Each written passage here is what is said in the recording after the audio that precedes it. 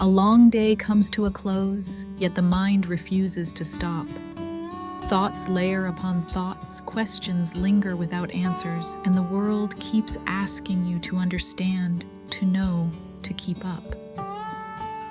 In that quiet exhaustion, we often forget that we too need rest, not only through sleep, but through the gentle loosening of awareness itself. This video does not arrive to give you more knowledge. It comes so that you no longer have to hold on to anything at all. Over the next 2 hours, you are invited to enter a slower orbit. Here, science is no longer a pressure to understand correctly, but becomes a series of soft stories about a strange universe, a place where reality is not rigid, time is not in a hurry, and human beings do not need certainty in order to exist. Ideas that once felt impossible are spoken like whispers, just enough to awaken curiosity, but not enough to pull you out of the calm that is quietly taking shape. Carl Sagan once wrote, "Somewhere something incredible is waiting to be known." But tonight, you do not need to go looking for it. Simply lie still, let the questions drift past. Let the universe continue its motion, and allow yourself to rest within it. There is a very old belief that most of us carry with us as we grow up, that the world is solid, stable, and still until we touch it. That time flows evenly, objects remain at rest, and reality exists independently of whether we notice it or not. This belief makes life feel more predictable. It offers a sense of safety.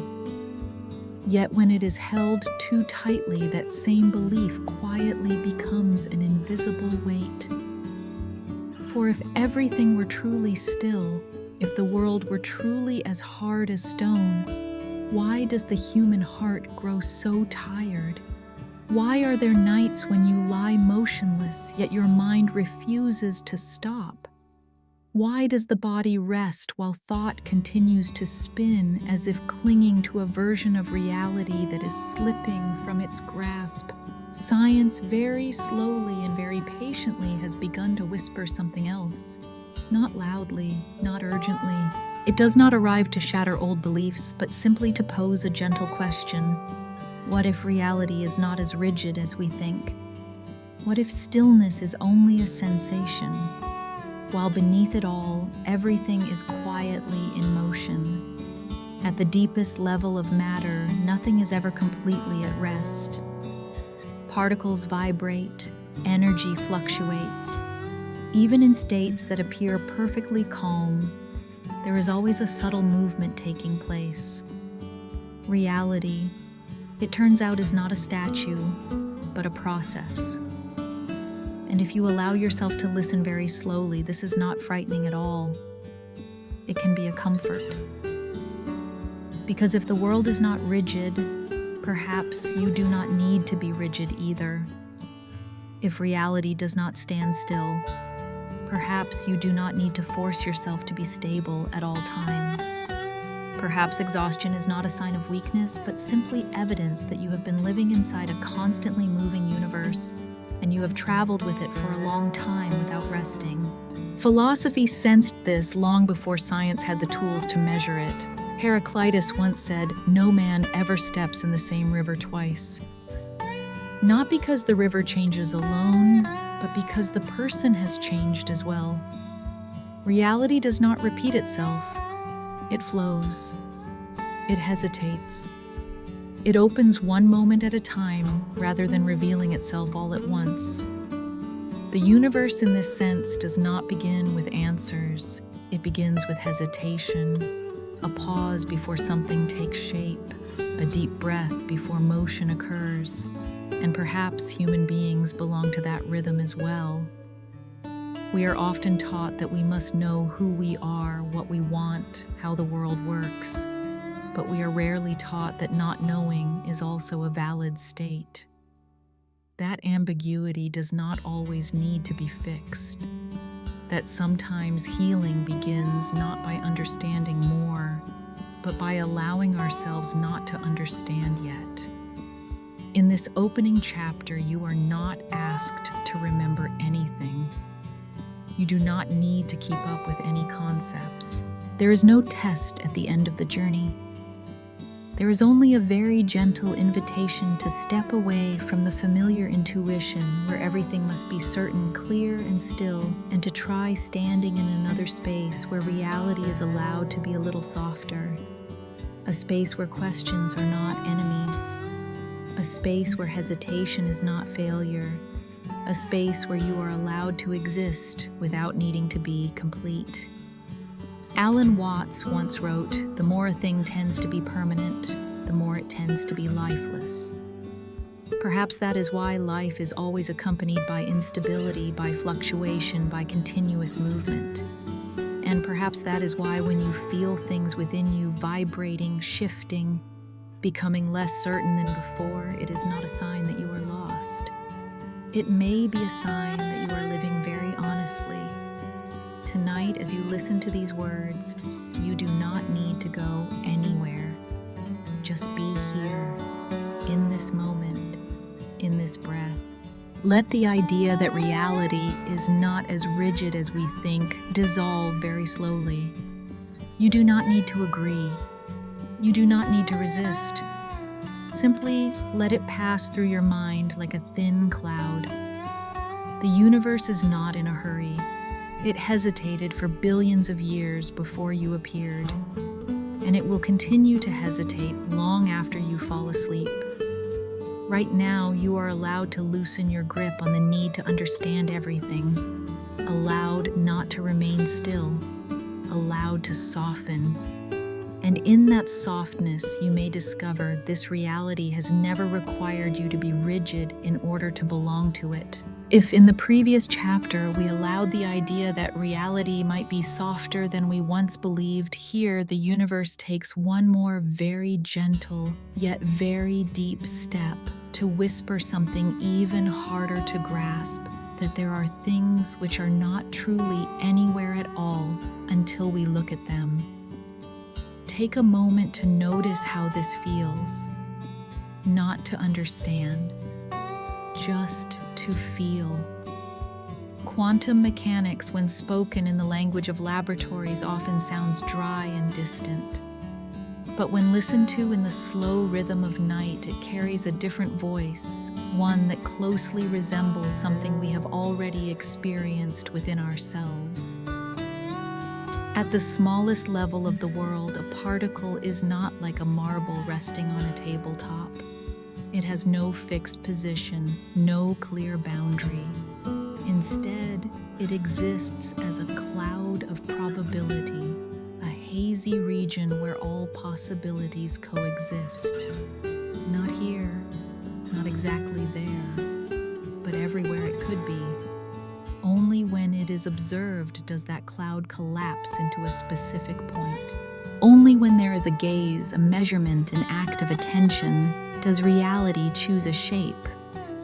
At first, this may sound unfamiliar, but if you let it settle very slowly, you may notice that it is not entirely new.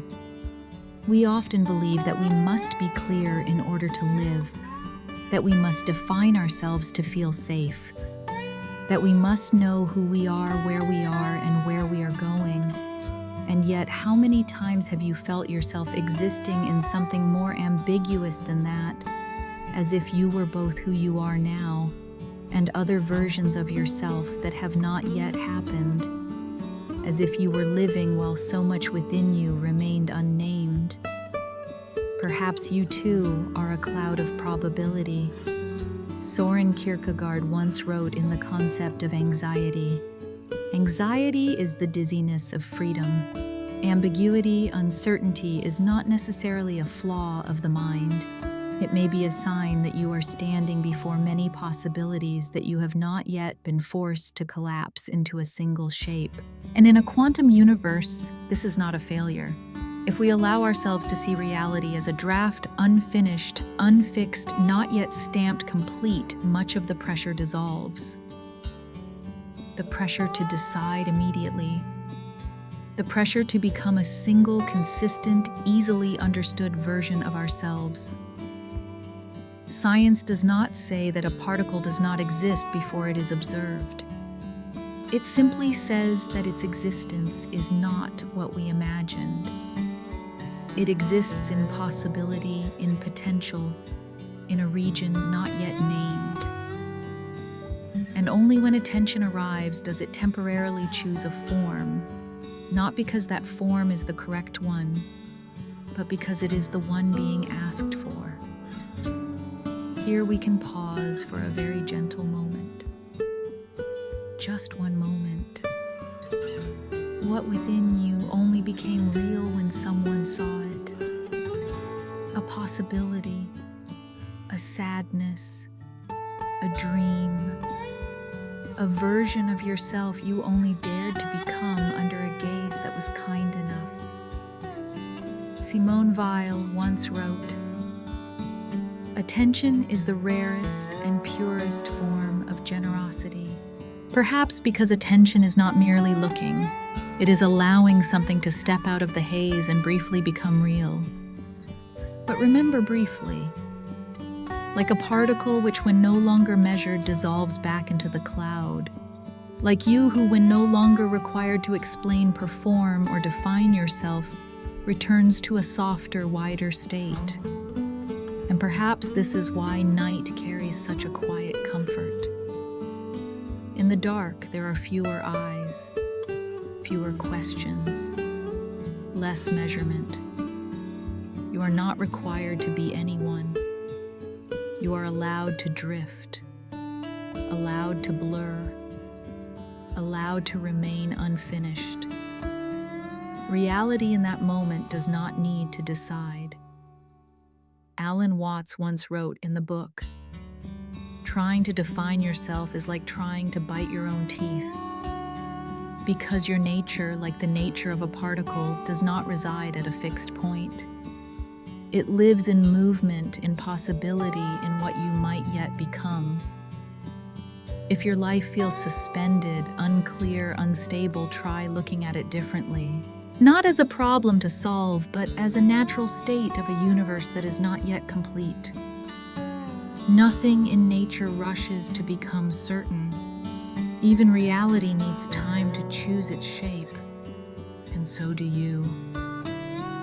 At the end of this chapter, you do not need to carry a conclusion with you.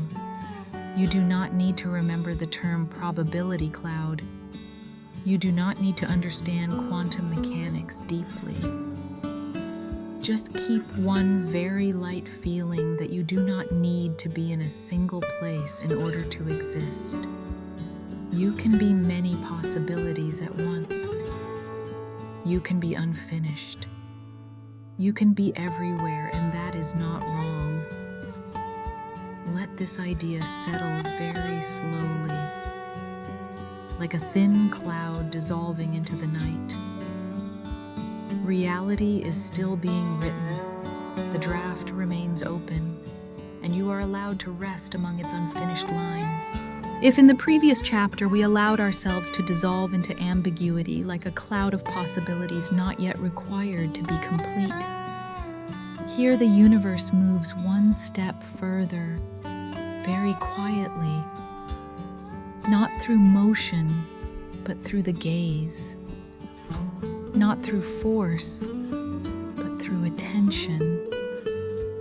There is a subtle moment where seeing is no longer passive observation, but becomes a silent act.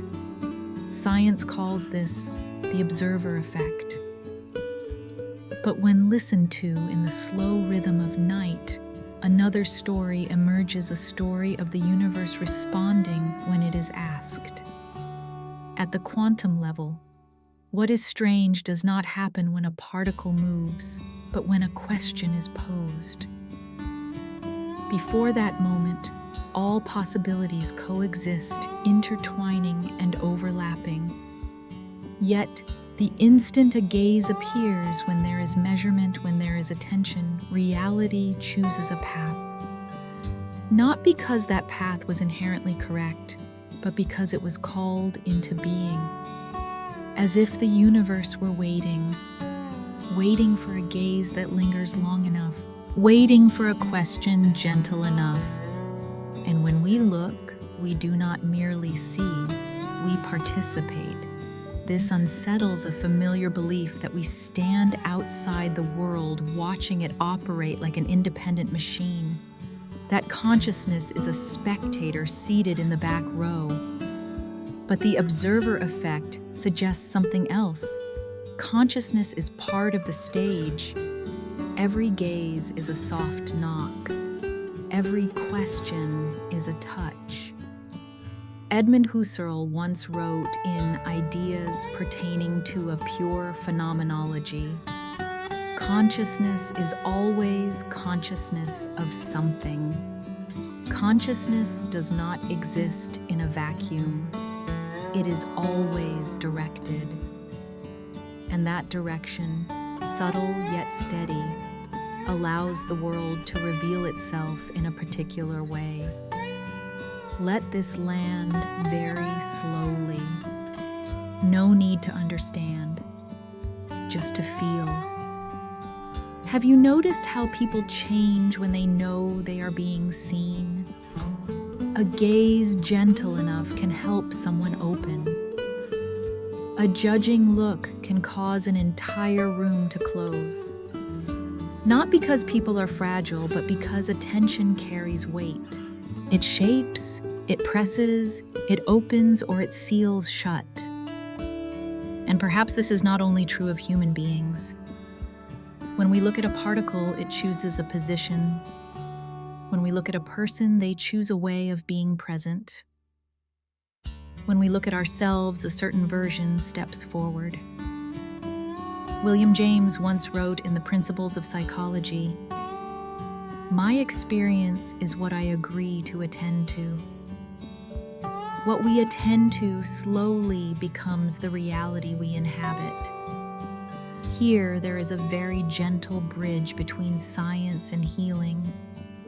For if the gaze has the power to shape, then the attention we give ourselves is never neutral. The way we look at ourselves with harshness or with kindness is not merely an attitude, it is an action in progress.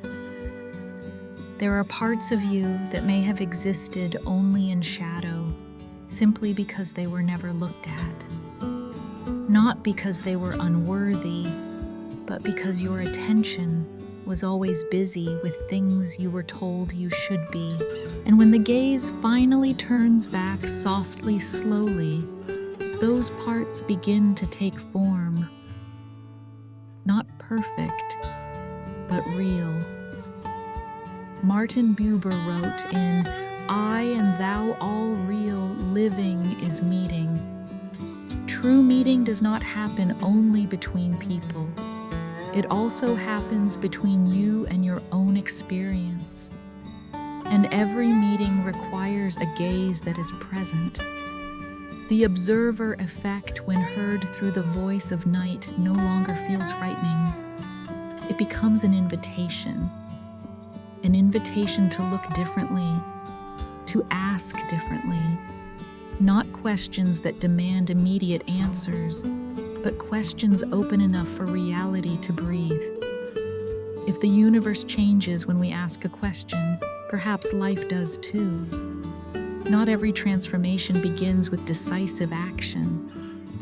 Some begin with stopping long enough to look at an emotion you once avoided, to look at a fatigue you once labeled as weakness, to look at a fragility you hid because you feared it would be measured.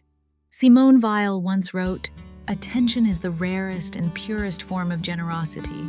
Attention, when unhurried, unjudging, and undemanding, may be the deepest act of healing there is." At the end of this chapter, allow yourself to rest with one very gentle idea that you are not standing outside your own life. Your gaze, even when tired, even when unclear, is still participating in what is unfolding, and you are allowed to choose how you look. You do not need to look in order to fix.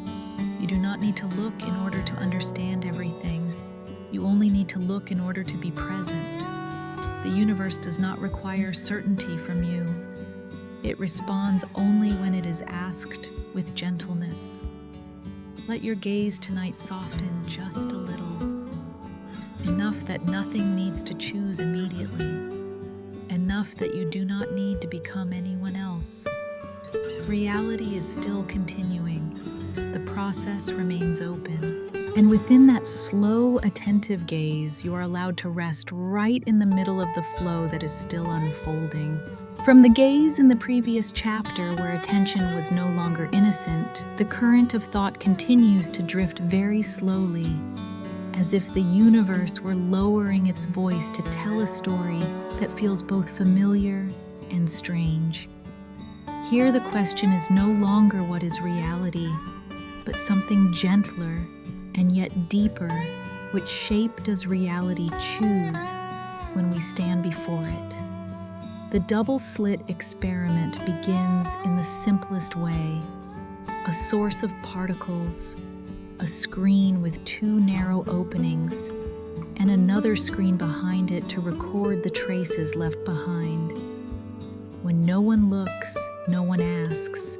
No one measures the particles pass through both slits like waves interfering with themselves, leaving behind soft bands of light and dark like music that does not require a listener.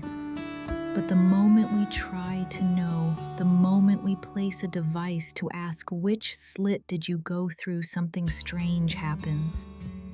The wave disappears. Only particles remain, only a single path, wave or particle depending on whether we look. Science describes this with equations, but when listened to in the breathing rhythm of night, it sounds like a quiet confession. Reality does not reveal all possibilities at once. It waits. And when it is questioned, it chooses. Here, a very subtle movement occurs from physics into lived life. Because human beings too often exist within many parallel possibilities, we can be many people at once in thought, in longing, in paths not yet taken. But the moment we choose, other possibilities quietly close. Not loudly, not erased completely. They simply withdraw into the background like interference patterns no longer visible. Human choice in this sense resembles a collapse of probability. Before choosing, everything is possible.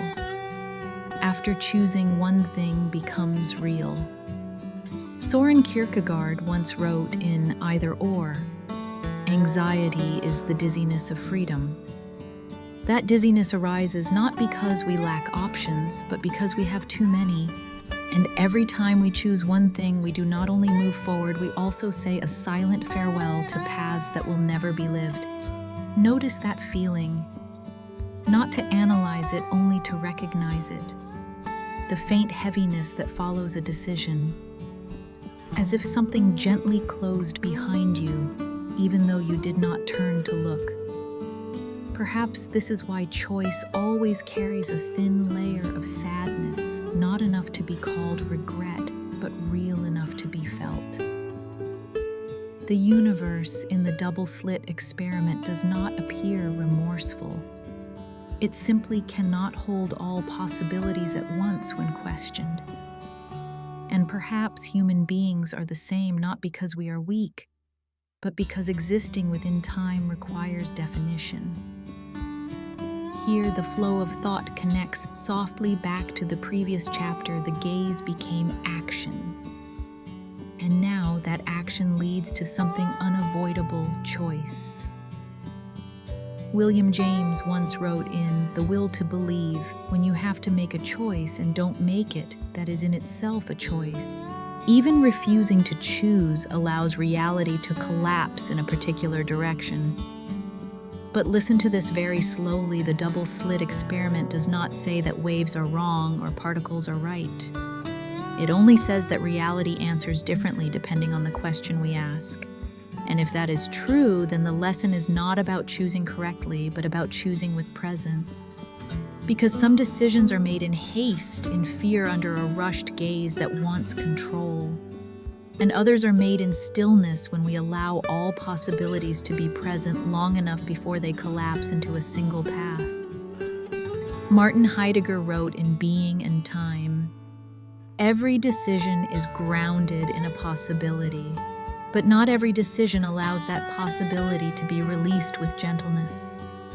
If you carry within you questions of what if you had chosen differently? What if you had turned another way? Try looking at them through the light of the double-slit experiment. Those paths were not mistakes. They were interference patterns that once existed. They simply were not measured, not lived further, but that does not make them meaningless. They were real as possibility. Here, the voice of the story may slow even more as if the night has deepened. You do not need to carry everything you did not choose. You only need to know that those paths not becoming real does not mean you betrayed something. The universe does not keep all possibilities either.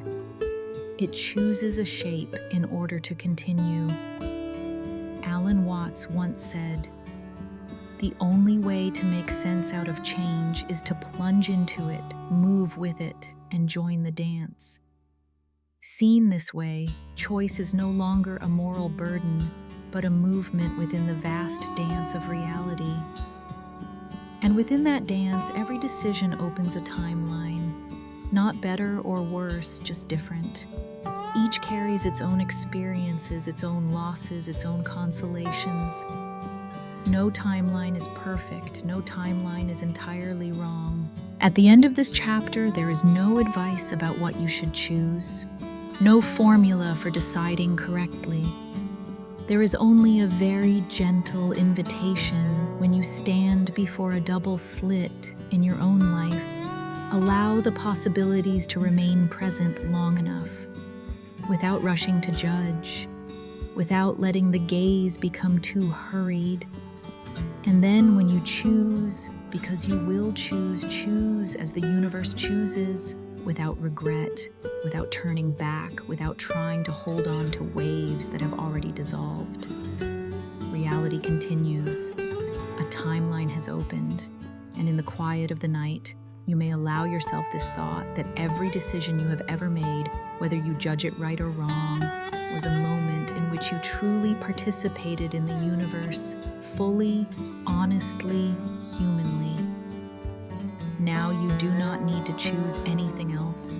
Just allow the current to carry you onward, very slowly, very gently. After reality has collapsed into a single choice, after the double slit has quietly closed behind us, the current of night does not stop. It slows, it deepens, as if the universe, having chosen one path to continue, allows itself a very thin pause, so that what was not chosen may whisper one last time. Here there is no blame, only the presence of possibilities left behind. Every decision, no matter how small, carries a shadow. Not a mistake, not an error, but the after-echo of lives that never happened. Versions of you that once stood at the threshold, that lived vividly in imagination, that were real in possibility, and then gently withdrew when another door opened. Regret in this sense is not an enemy. It is more like an echo, a distant echo from unlived states returning to the present as a quiet reminder you once had more than one way to exist. William James once wrote, "Each of us chooses by his way of attending to things what sort of universe he shall appear to himself to inhabit." The universe we live in is shaped not only by what has happened, but also by what did not yet could have. If you listen slowly enough, you may notice that those lives never fully disappear. They do not become burdens unless we cling to them through regret. When left alone, they remain parallel currents quietly present as background, giving the path you are on a deeper texture. Here, the flow of thought connects naturally with the previous chapter. The choice has been made. reality has collapsed. And now we remain with the most delicate part of choosing what was not chosen. You may have felt this on very late nights when no one asks you to be strong anymore, when the noise of the day has faded. The what-ifs rise to the surface, not violently, not accusingly, just like a thin mist. What if I had stayed? What if I had turned left? What if I had spoken differently? Soren Kierkegaard once wrote in Either Or, the most painful state of being is remembering the future, particularly the one you'll never have. That pain does not come from the present, but from futures that once opened and then closed. But listen to this very slowly. A life that never happened is not meaningless. It fulfilled another role, the role of possibility. It made your choice real. It gave your decision weight. And for that reason, it deserves gentleness, not self-reproach. The universe, when it collapses from countless possibilities into one reality, does not turn back in regret. It does not try to hold everything. It understands that motion can continue only when one shape is chosen and others are allowed to rest in the background. Human beings often forget this. We carry unlived lives like unpaid debts. We ask ourselves whether we chose wrongly, whether somewhere in another timeline, another version of us is happier. Hannah Arendt once reminded us, in The Human Condition, the reality of human existence is never guaranteed. No timeline is guaranteed to be the right one. There is only the timeline unfolding, and our responsibility is to live gently within it. Here, healing does not come from erasing regret, but from placing it where it belongs. Not at the center, not ahead of you, but beside you as a memory of possibility, not an accusation. Try imagining those unlived lives as houses with their lights off along a street you once passed through. You did not enter them, but their presence gives the road you walk now more depth, less emptiness, less loneliness. Alan Watts once said, "You are under no obligation to be the same person you were 5 minutes ago. And there is no obligation to become all the people you might have been." The gentleness required when choosing a path does not lie in being certain you chose correctly. It lies in allowing other paths to exist in memory without turning them into judgment. At the end of this chapter, you do not need to resolve the what-ifs. You do not need to answer the past. You only need to recognize that regret, when it arrives softly, is not trying to pull you backward. It is reminding you that you once stood before many possibilities and that you were brave enough to choose one. And choosing in an uncertain universe is already a deeply human act. Now, as the night grows deeper, allow the lives that never happened to step back slightly, not to vanish, just to make space for the path opening beneath your feet, the only path you can truly continue to walk. The universe does not ask you to live every possibility. It only asks you to live sincerely, gently enough not to harm even what was not chosen.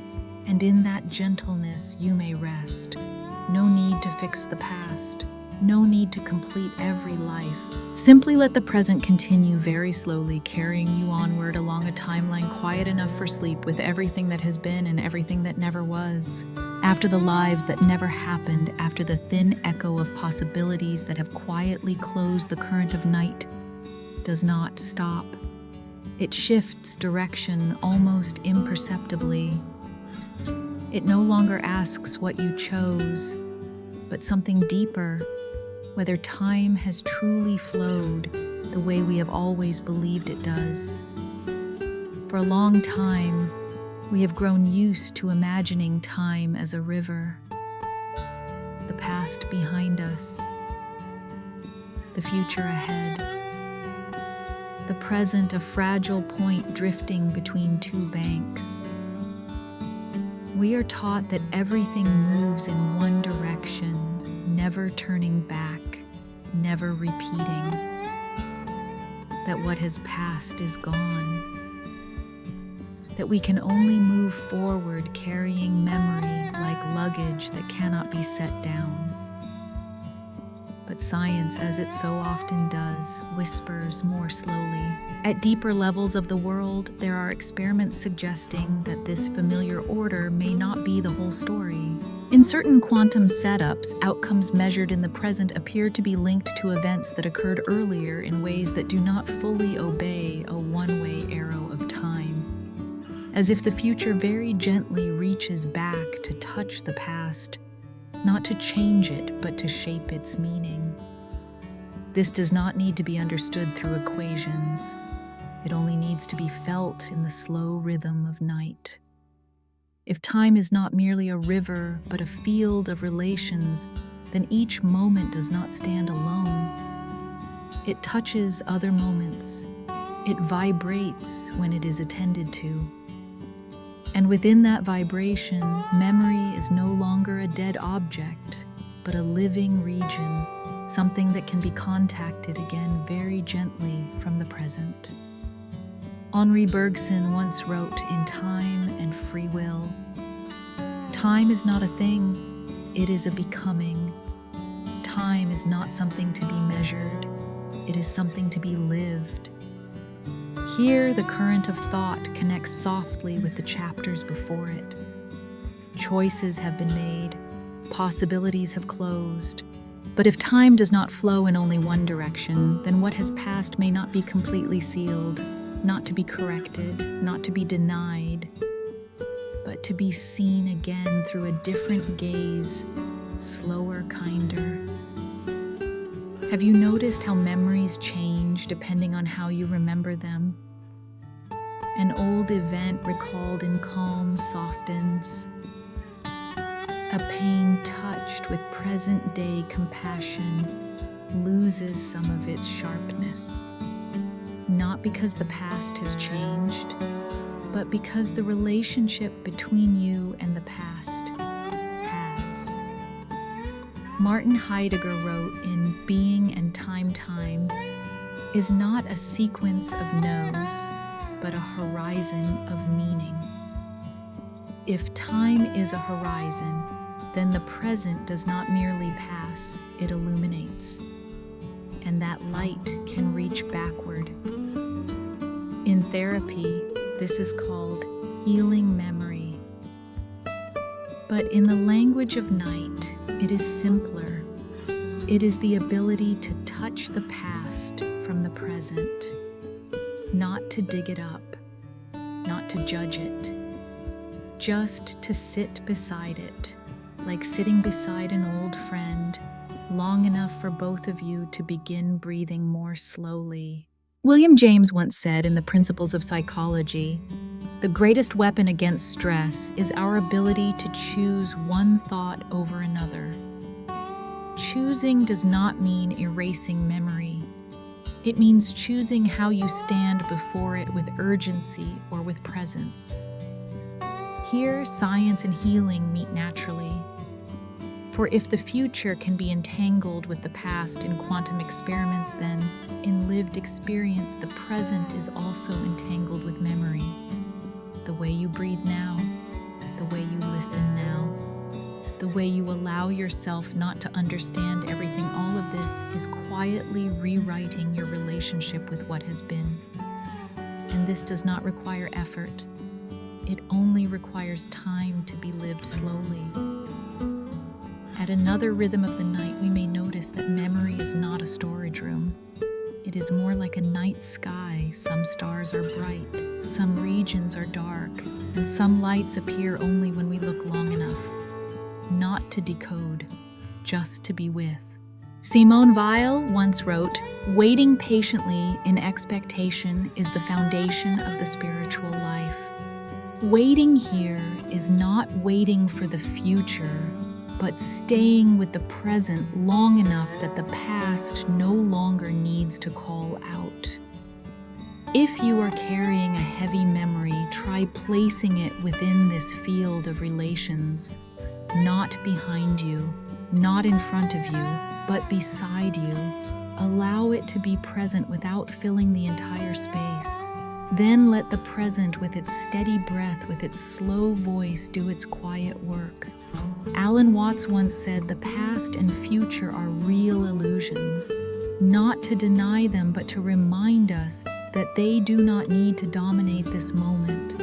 At the end of this chapter, you do not need to carry a conclusion about time. You do not need to define how it flows. Just keep one very light feeling that your present has the ability to touch memory, to touch pain, to touch the parts that were once left behind, not to change them, but to soften them. The universe, when listened to carefully, is not in a hurry. It allows relationships to unfold in their own rhythm, and so do you. You do not need to chase time. You can be within it as within a supportive field. Now, as the night deepens, notice your breathing. Each breath is a point of contact. Each point of contact is a relationship. And within that relationship, the past is no longer behind the future, no longer ahead. Everything is simply here with you, very still. Time does not flow in one direction. It opens. And within that opening, you are allowed to rest, not outside of time, but inside it. After time ceases to flow in a single direction, after past, present, and future begin to touch one another very gently, the current of night carries us toward another realization, even quieter than before. No longer a question of when, but of what you are made of. There is a persistent intuition many of us carry from childhood that the body is something solid, heavy, and firm, that we have shape because we have matter. That solidity is the foundation of existence. But when science bends close enough, it whispers something else very small, very strange, and deeply comforting. More than 99.99% of your body is empty space. Between nuclei and electrons stretch vast distances. Between structures that appear continuous lie open regions. What we experience as solid is, in truth, only repulsion interacting fields, preventing clouds of charge from overlapping. There are no hard walls there at all. Only a refusal to pass through, sustained by the rhythm of forces. If you pause here for a moment very slowly, you may feel lighter. Not because the body disappears, but because the idea of it begins to soften. Solidity, it turns out, is not essence. It is an effect, a temporary agreement between fields, a rhythm held steady long enough to feel stable. And if that is so, then what makes you you is not mass, but rhythm. Alfred North Whitehead once wrote in Process and Reality, "The many become one and are increased by one."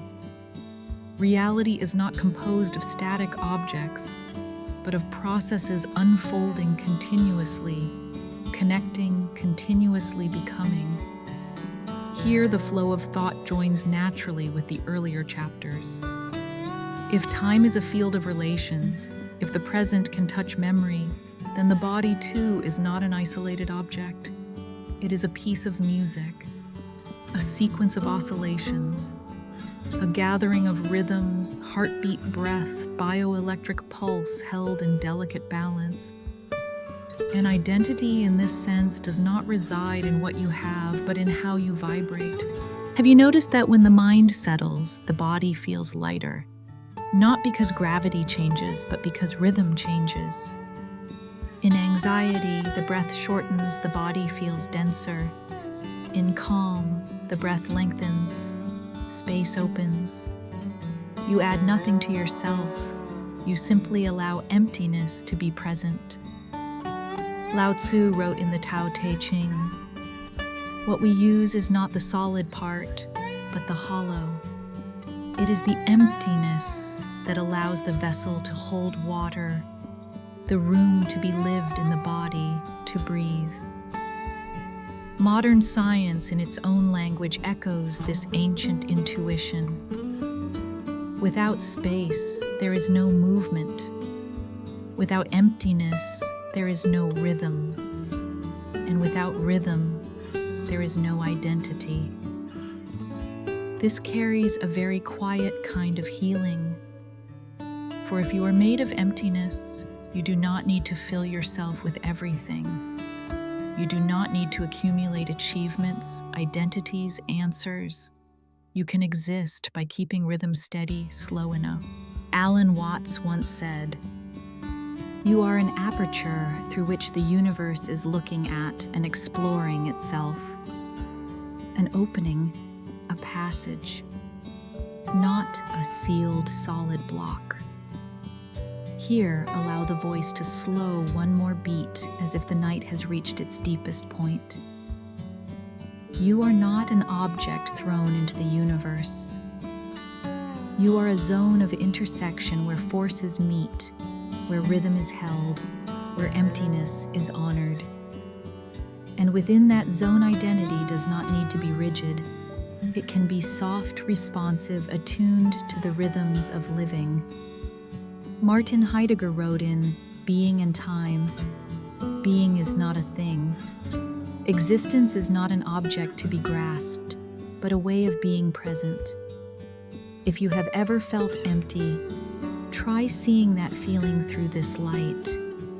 Perhaps it is not a lack, but a space opening, space for a new rhythm, a new way of being present, a subtle adjustment, small yet enough to let everything soften. Because emptiness does not demand, it does not compete, it only allows. At the end of this chapter, you do not need to remember the number 99.99%. You do not need to recall electrons or force fields. Just keep one very gentle feeling that you do not need to be heavy in order to be real. You can be breathing space, and that is enough. Notice your breath now. Each inhale opens space. Each exhale lets it soften. Nothing to hold, nothing to press together. The universe at its deepest level is not built from solid blocks. It is sustained by rhythm. And you, in this moment, are being sustained in the same way. You are made of emptiness. And within that emptiness, you are allowed to rest very lightly, very quietly, like a vibration, slowly dissolving into the night. After realizing that the body is woven from emptiness, that solidity is only a rhythm held steady, the current of night leads us to another understanding, even gentler than before. Not about what we are, but about how we exist beside one another. We grow up with a very natural belief that when hands touch, when bodies embrace, we are truly in contact. Yet at the deepest level of physics, this does not happen in the way we imagine. The electrons surrounding atoms carry the same charge, repelling one another through electromagnetic force. When you place your hand on a surface, there is no merging of matter. There are only fields meeting, creating the sensation of touch. In other words, we never truly touch. We only approach. And heard through the voice of night, this is not cold at all. On the contrary, it carries a strangely gentle comfort. For if contact is an electromagnetic illusion, then what we experience as relationship is not fusion, but proximity distance, held close enough to feel warmth, yet far enough not to disappear. Here, science and feeling meet very softly, not to explain love, but to soften the way we think about it. We often confuse intimacy with the erasure of boundaries. We believe that to love is to become one, to eliminate distance. But physics whispers something else. It is precisely distance, very small, carefully respected, that allows relationship to exist. If electrons did not repel one another, matter would collapse. And if human beings cannot hold their own space, love collapses as well. Martin Buber wrote, "In I and thou, all real living is meeting." True meeting is not dissolution, but encounter where I and you remain intact enough to meet. The flow of thought here connects naturally with the previous chapter. If you are made of emptiness, then relationships too are made of emptiness. Space to breathe, space to listen, space not to explain everything. Have you ever felt closest to someone not when holding tightly, but when sitting quietly beside them, when there is no need to speak, no need to touch, just the knowledge that the other is there without intrusion? In that moment, intimacy is no longer an action. It is a state. Emmanuel Levinas wrote in Totality and Infinity. The relationship with the other is a relationship with mystery. Relationship is not something to be solved, but something to honor in its ungraspable depth. Seen through this lens, much pressure dissolves. The pressure to fully understand one another, the pressure to always be close, the pressure to touch in order to prove connection. If contact is at its core approximation, then love does not require erasing distance. Love is holding the distance just right, close enough not to lose one another, far enough not to consume one another. Here, healing happens quietly. Because perhaps in the relationships that exhausted you, it was not that you loved too little, but that distance was not respected. You moved too close or allowed someone to move too deeply until your rhythm was disrupted. Alan Watts once said, "You don't look out there for God, something in the sky, you look in you." And perhaps it can also be said, you do not find intimacy by erasing yourself. You find it by staying with your own rhythm steady enough to meet another. Let the voice slow a little more here, as if the night has grown quieter. If we never truly touch one another, then what we give each other is not matter, but attention. A gaze, a listening, a silence held together. And these things paradoxically can reach deeper than any physical contact. Simone Weil once wrote, "Attention is the rarest and purest form of generosity." Perhaps because attention does not invade, it does not possess. It stands close enough to see and far enough to respect. At the end of this chapter, you do not need to rethink all your relationships. You do not need to extract lessons. Just keep one very light feeling that you do not need to dissolve in order to be loved. You can be yourself with your own space and still connect deeply. Love in this sense is not about closing distance at all costs. Love is knowing where to stop. The universe holds particles together through repulsion. Human beings hold one another through respect. Now as the night softens, notice the presence of those you love, even if they are not beside you. Simply know that somewhere within invisible fields, rhythms are still approaching one another. Not touching, but close enough to be warm. We never truly touch one another. And because of that, every moment of connection is precious. Let this thought drift very slowly, like a wave pausing before the shore, never touching land, yet still completely at rest.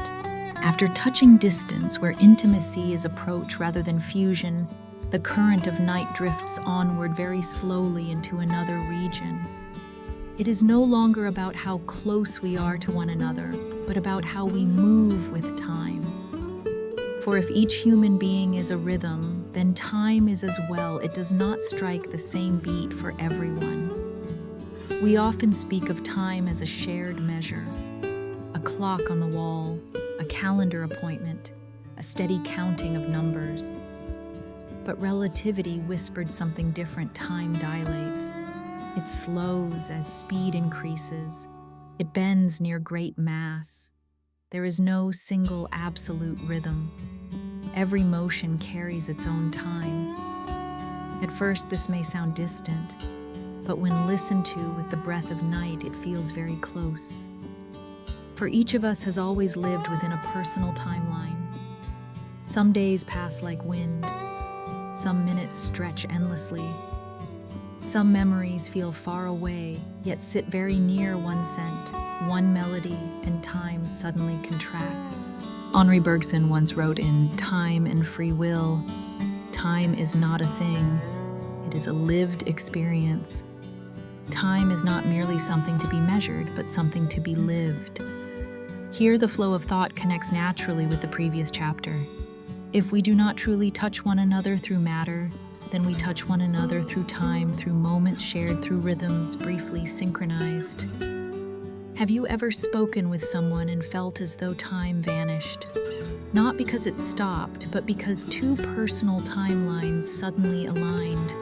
The same pace, the same breathing, the same silence that did not need to be filled. In that moment, no one had to keep up. No one was left behind. Martin Buber wrote in I and Thou, all real living is meeting. True meeting does not happen only in space, but in time, where two rhythms briefly fall into step. Relativity, when heard through the voice of night, no longer feels like equations. It becomes a comfort that feeling slower or faster than others is not a flaw. It is simply a difference in timelines. Each person carries their own velocity, their own mass of experience, their own way of stretching time. Perhaps much of our exhaustion comes from trying to force these timelines to match, to keep up, to stay synchronized at all times. But the universe does not demand this. It allows different rhythms to coexist, and only occasionally, rarely beautifully do they meet. William James once wrote in The Principles of Psychology, "My experience is what I agree to attend to. What we attend to shapes the time we live in. When attention deepens, time thickens. When we scatter ourselves, time fractures. Here, science and healing meet gently. For if each person has their own time, then there is no need to compare your pace to anyone else's. No need to live according to another person's schedule. Healing begins when you respect your own rhythm."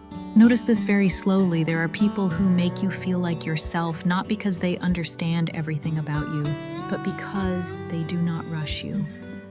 They stay with your pace. And in that staying, two timelines briefly synchronize long enough for you to exhale. Simone Weil once wrote, "Attention is the rarest and purest form of generosity." Attention in this sense is the gift of time, not shortening it, not interrupting it, not urging it forward. Here the night's current may slow even further, as if we are listening to a long piece of music where each instrument enters on its own beat, yet now and then they converge into a single chord. You do not need to hold on to those moments of synchronization. You do not need to turn them into promises. They arrive then pass like intersections on a curved map of time. What matters is not extending them, but having been there. Alan Watts once said, "The only way to make sense out of change is to plunge into it, move with it, and join the dance. That dance has no mandatory tempo. Each person steps onto the floor in their own way." At the end of this chapter, you do not need to rearrange your life. You do not need to make time more efficient. Just keep one very light feeling that you are allowed to live within your own timeline and to choose moments of synchronization when you are ready. Now, as the night deepens, notice your breathing. No need to count it. No need to control it. Just feel it. That rhythm is your time. And somewhere very near or very far, other rhythms are unfolding in parallel. From time to time, they will meet in a glance, a sentence, a shared silence. Then they will separate again. No loss, no error. Each person's time continues. And within that continuation, you are allowed to move at your own pace, very slowly, very warmly, until sleep gently closes every clock, leaving only presence breathing with the night. After moments of temporary synchronization in time, after the feeling of moving in rhythm with someone even briefly, the current of night carries us toward another paradox. One that sounds wrong at first, yet has been observed many times in life and in the laboratory. Sometimes hot water freezes before cold water. The Mpemba effect does not always occur. It is irregular. It is not easy to predict. And for that very reason, it resembles life more than we might expect. Under certain conditions, a system that begins in a hot state, rich in energy, full of motion, can reach stillness faster than a colder, more stable system. Not because it takes a longer path, but because it takes a more direct one. Notice this very slowly. No need to understand it through theory, just feel it. We often believe that to find peace, we must cool down gradually, that we must calm ourselves step by step, avoid high intensity. But life does not always work this way. There are times when only by passing through maximum heat crisis, pain loss, can another form of stillness appear. Not because crisis is good, but because it burns through old structures more quickly. Here the flow of thought connects softly with the previous chapter. If each person lives within their own timeline, then each person also follows their own path of transformation. Not everyone arrives at peace through gentleness. Some must pass through boiling, breaking, melting, before freezing again into a new shape. Friedrich Nietzsche once wrote in Thus Spoke Zarathustra, "One must still have chaos in oneself to be able to give birth to a dancing star." Chaos is not always something to be avoided. Sometimes it is the intermediate phase of a deep restructuring. The Mpemba effect, when heard through the voice of night, ceases to be a curiosity. It becomes a gentle metaphor for those who have wondered why some people after crisis grow calmer than they were before. Not because they are stronger, but because they have passed through heat. Hot water, as it cools, undergoes different motions, different convection currents, different internal rearrangements. And under certain conditions, those differences allow it to freeze more quickly. Not by avoidance, but by completeness. If we allow ourselves to listen without judgment, this idea can soften a familiar self-blame, the feeling of being too much, too emotional, too hurt, too intense. Seen through this lens, those too much moments may not be flaws. They may be the energy required for a transformation underway. Carl Jung once wrote in Psychology and Alchemy, "There is no coming to consciousness without pain. Awareness is not born from smooth surfaces. It emerges from cracks." Here, healing is not told as a straight upward line. It is told as a descent deep enough for old structures to lose their form. And when they dissolve, another form, not more perfect, but more true, can emerge. Notice something very small after deep crying. The body often feels tired but lighter. After speaking what was held too long, the silence that follows is often calmer, not because the problem has vanished, but because the heat has been released. Alan Watts once said, "The only way out is through," not as a demand, but as a reminder that avoidance is not always the shortest path. Here, the night's current slows, as if inviting you to look back at the hot periods of your own life, not to analyze them, but to place them where they belong. Not as failures, but as moments when your system needed to be remade from within. Transformation does not always happen gently, and that does not make it less meaningful. On the contrary, it shows that you went deep enough to no longer hold the old forms intact. If you are in the middle of a hot phase where everything feels too much, too fast, too intense, try not to force yourself to cool down immediately. Allow the heat to do its work within safe limits, without rushing, without self-judgment. The universe does not require every process to be gentle. It allows shortcuts through fire. At the end of this chapter, you do not need to believe that crisis is good. Just hold one very light thought that if you have lived through intense moments, it does not make you lesser than anyone else. It may simply mean you are transforming in a different way. Now, as the night settles, notice the sensation in your body. It may still be warm. It may be softening. There is no need to hurry. No need to hold on. Hot water, when the time comes, will freeze in its own rhythm, under its own conditions. And so will you. Let everything continue to cool very slowly. No need to prove anything. No need to extract lessons. Just allow stillness to arrive, not because you avoided the fire, but because you passed through it.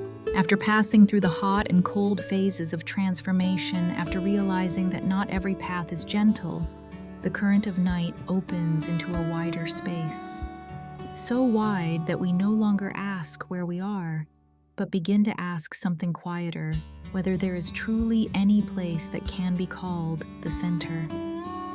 In humanity's oldest intuition, there is always an origin point, a special position, a place to stand and say, from here, everything begins. But when science looks far enough, long enough, patiently enough into the universe, it tells a different story. The universe is expanding, not from a center located somewhere in space, but from everywhere at once. Each galaxy moves away from all others. There is no arrow pointing back to a remaining point of origin. No red dot marked begin here. Expansion has no center. Let this feeling arrive slowly. No need to picture diagrams. Just notice how the idea touches you. If there is no center, then there is no true periphery. No place that is inherently farther away. And if that is so, then from any point where you stand, the universe appears to open in all directions. Not because you are in a special position, but because every position is like that. Here, the flow of thought connects softly with the chapters before it. If each person has their own time, if each transformation has its own rhythm, then perhaps meaning does not require a shared center either. No privileged position, no point of comparison. Blaise Pascal once wrote in Pensées, "The eternal silence of these infinite spaces frightens me, and yet within that silence, there may be a very gentle liberation. No one is pushed to the margins simply for not standing in the right place." Human beings once believed themselves to be the center of the earth, the center of the solar system, the center of meaning. And each time science moved that center farther away, we felt a loss. But perhaps what we lost was not value, only the illusion of privileged position. If there is no center, then every place is a center in a very humble way. No location is more important than another. No story is more worthy simply because of where it appears on the map. This carries a quiet kind of healing. Much of our exhaustion comes from trying to secure a special position, a central role, a place around which everything else must revolve. But the universe does not demand this.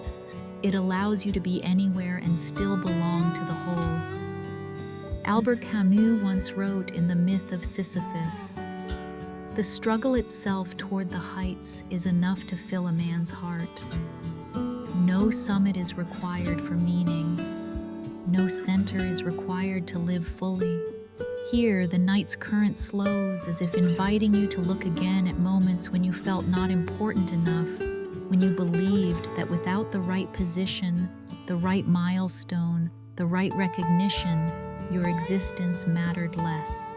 But if the universe has no center, then no one is standing in the wrong place. Meaning in this sense does not come from occupying the center. It comes from being here within the rhythm, unfolding now within the relationship that is open. Alan Watts once said, "You didn't come into this world, you came out of it. You were not thrown onto a stage with predetermined positions. You emerged from the very process that is unfolding like everything else." Here, healing does not come from discovering a grand purpose. It comes from releasing the pressure to be the origin point, releasing the need to be where all attention converges, letting go of the belief that if you are not in the middle, you are being left behind. If there is no center, then any moment can be the center of experience. The moment you exhale, the moment you hear a voice, the moment you lie still in the night and allow everything to stop revolving around you. Martin Heidegger wrote in Being and Time, "Being is not a property of entities. Existence is not something to possess, but a way of being present without a privileged position." At the end of this chapter, you do not need to change how you live. You do not need to abandon ambition. Just keep one very light feeling that you do not need to stand at the center to have meaning. You can be any point at all, and from that point, the universe still opens fully.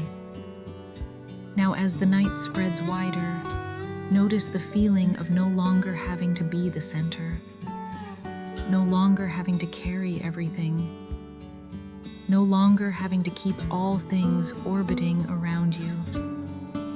Just lie still, like a point in expanding space. No more special, no less.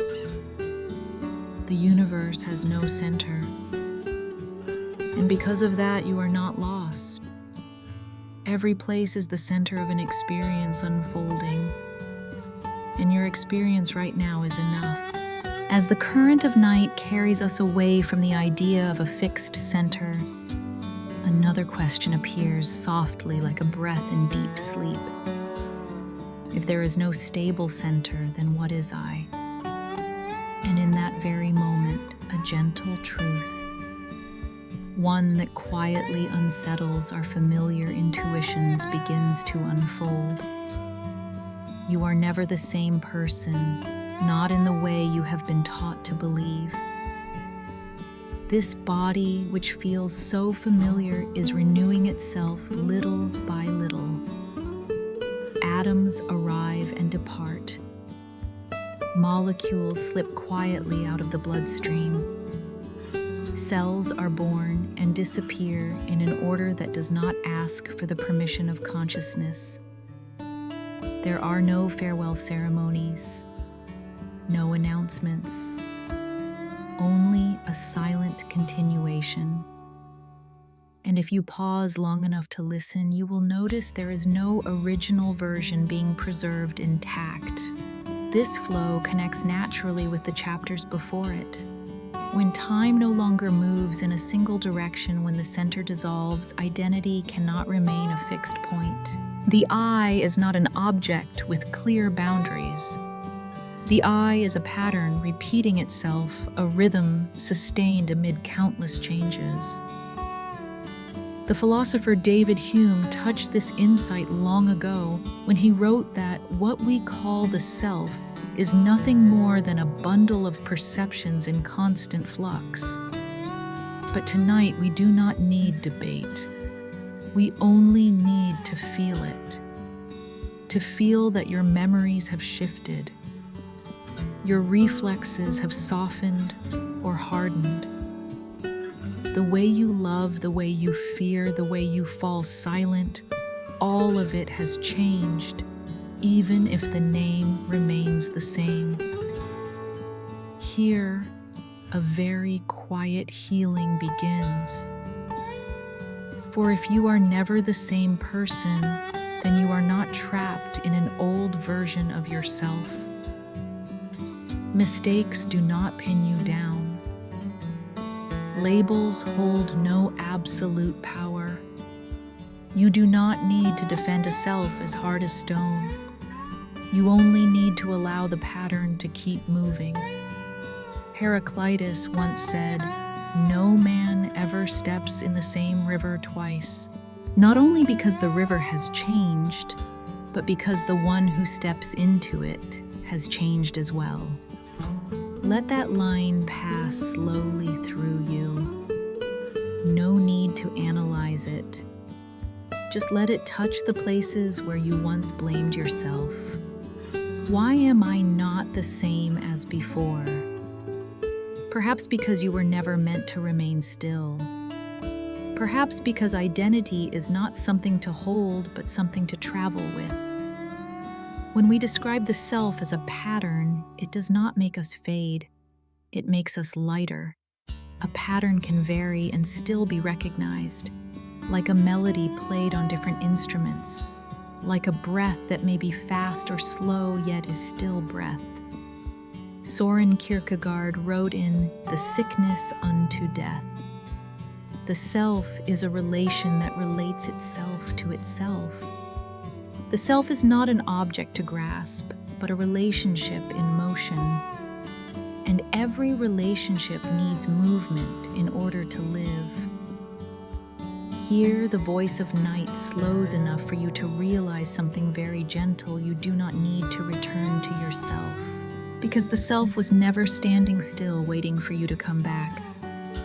It has already moved on, carrying what was needed, leaving behind what was too heavy. This connects with the sense of regret from earlier chapters. The lives that never happened did not disappear. They left traces within the pattern, but traces are not chains. They are folds, giving the shape more depth. Alan Watts once said, "Trying to define yourself is like trying to bite your own teeth." You do not need to define yourself in order to exist. You only need to continue. Seen this way, identity is a journey. There is no final destination with a sign that reads complete.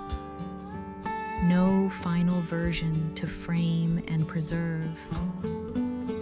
Each morning you wake is a temporary result of everything that has passed, and a soft beginning for what has yet to come.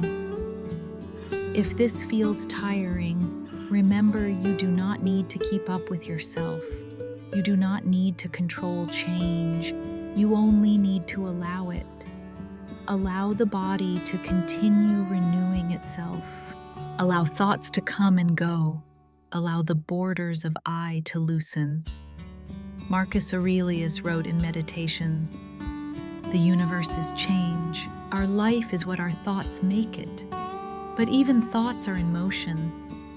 And so life is not a statue, but a flowing curve." At the end of this chapter, there is no call to become someone else. Only a very gentle invitation: do not freeze yourself. Do not hold yourself inside an old photograph. Do not force the pattern to repeat exactly. Let the night do its work. Let the body continue its quiet renewal. Let the eye drift slow enough to be recognized, soft enough not to break. You are never the same person, and because of that, you can always continue. Now, as sleep draws near, you do not need to remember who you are. You do not need to hold a name. You do not need to gather the story. Just allow this temporary pattern to rest like a wave laying itself down on the surface of a lake, knowing that by morning it will rise again in another form: still water, still movement, and still you. As the journey carries us through the transformations of identity, as the I is no longer a fixed object, but a drifting pattern, one final question begins to surface. Not loudly, not urgently, but like a thin mist spreading through the night. Where does meaning reside if everything is uncertain? The universe, as science tells it, is not a stable structure waiting to be discovered. It is a process, expanding, dissolving, drifting toward disorder. Entropy. The natural tendency of all systems steadily pulls order toward decay. Nothing is preserved forever. No form endures indefinitely. Even stars are only long moments of light before they fade. And within that picture light, the thing we often treat as a symbol of clarity carries a gentle paradox. It is both wave and particle, both spreading and localized, both continuous and discrete, refusing to settle into a single definition. As if the universe were whispering, the essence of reality is not certainty, but possibility. This current connects naturally with the chapters before it. When there is no center, when time is unsynchronized, when even we ourselves are not fixed, the search for an absolute meaning becomes exhausting. Perhaps what hurts us is not that life lacks meaning, but that we have tried to find something unchanging within a universe that is always changing. Albert Camus once wrote in The Myth of Sisyphus, "The struggle itself is enough to fill a man's heart.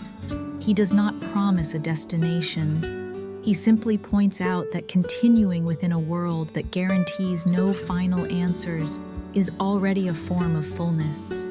Here, healing does not come from erasing uncertainty, but from sitting beside it, from recognizing that the absence of absolute certainty is not a failure of knowledge, but a natural condition of existence. The universe does not promise clarity. It only promises continuation. And within that continuation, meaning is not something given in advance. It does not wait at the end of the road.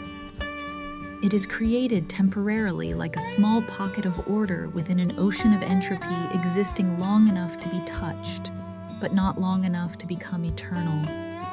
Friedrich Nietzsche once wrote, "He who has a why to live can bear almost any how, but that why does not need to be permanent. It can change with each phase, each breath, each season of life.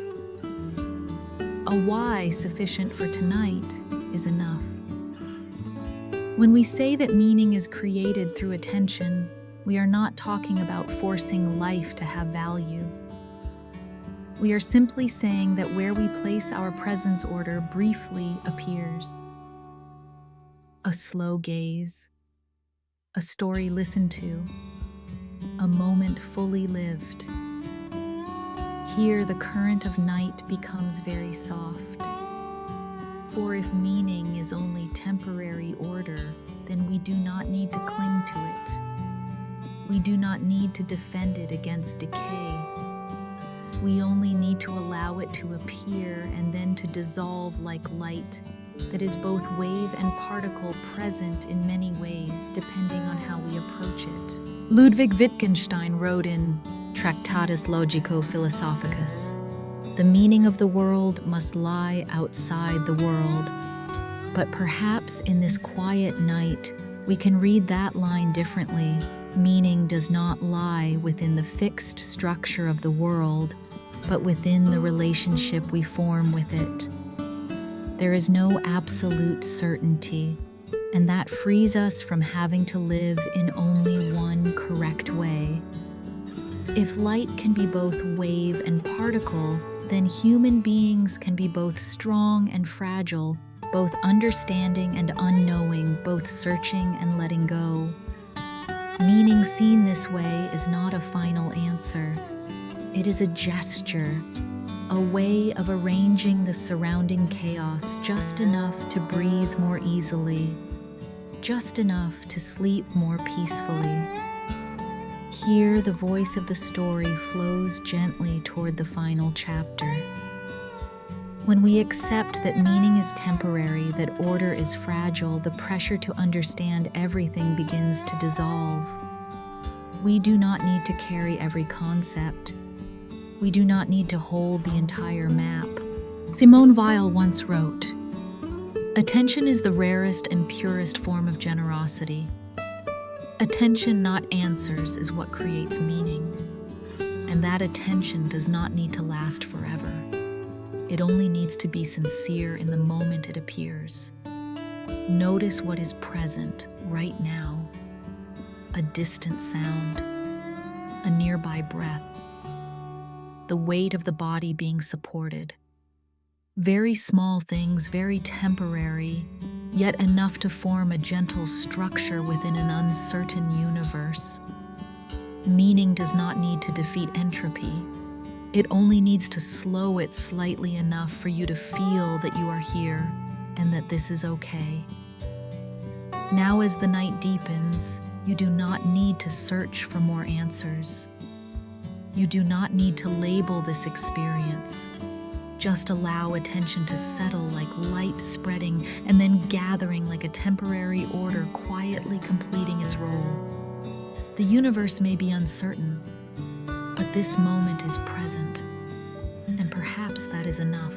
And then after all the curves we have traveled, after all the questions that opened and quietly closed again, this journey does not end with a conclusion.